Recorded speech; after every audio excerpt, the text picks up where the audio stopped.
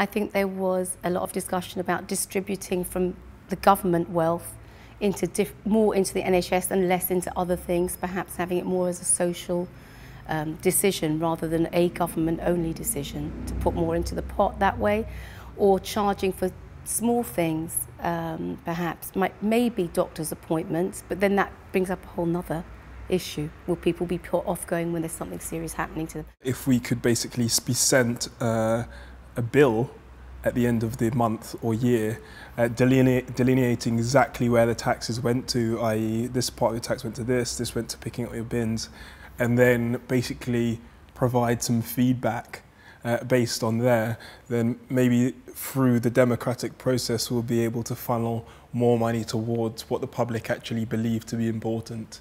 One of the things that we came up with was actually having like a community health officer, in a similar way that the police service has a community officer that just deals with general problems.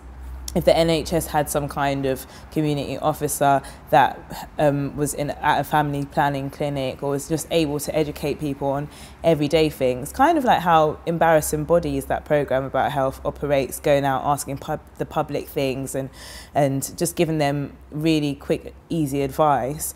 The money that we're spending on the NHS is a good amount.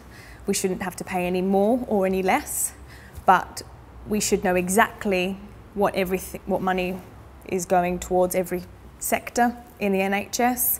You know, that there's not some management that's getting a ridiculous amount of money and some poor nurse is not getting enough money. And that really, that for people to take more responsibility of themselves and their lifestyle, and that if you smoke or drink, don't exercise, rubbish diet, that if you were told you have to pay for your healthcare, that maybe you might look after yourself a bit more. In the internet age, policy making and decisions about policy should actually be brought to the people a lot more regularly and a lot more closely. Conventionally, policies get put before the public at a general election. But there's no need for us to do that now, because we've got the internet, and the internet allows us all to have an informed response to whatever policies are. And I think that what we should be doing is that we should all be having a voice on how government spends its money, not just accepting that it's going to spend X amount on defence and Y amount on the NHS and Z amount on education. The best idea is possibly the idea of paying for a better lunch or something like that, because there were, so a lot of people complain about hospital foods, and some hospitals have good food, but maybe people would be prepared to pay for a particular type of food to be provided in the hospital.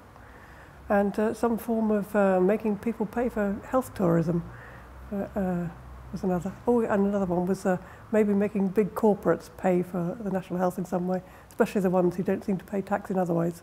The NHS is it does use up a lot of government money, and there are a lot of free services that people get that we weren't, not everybody is aware of.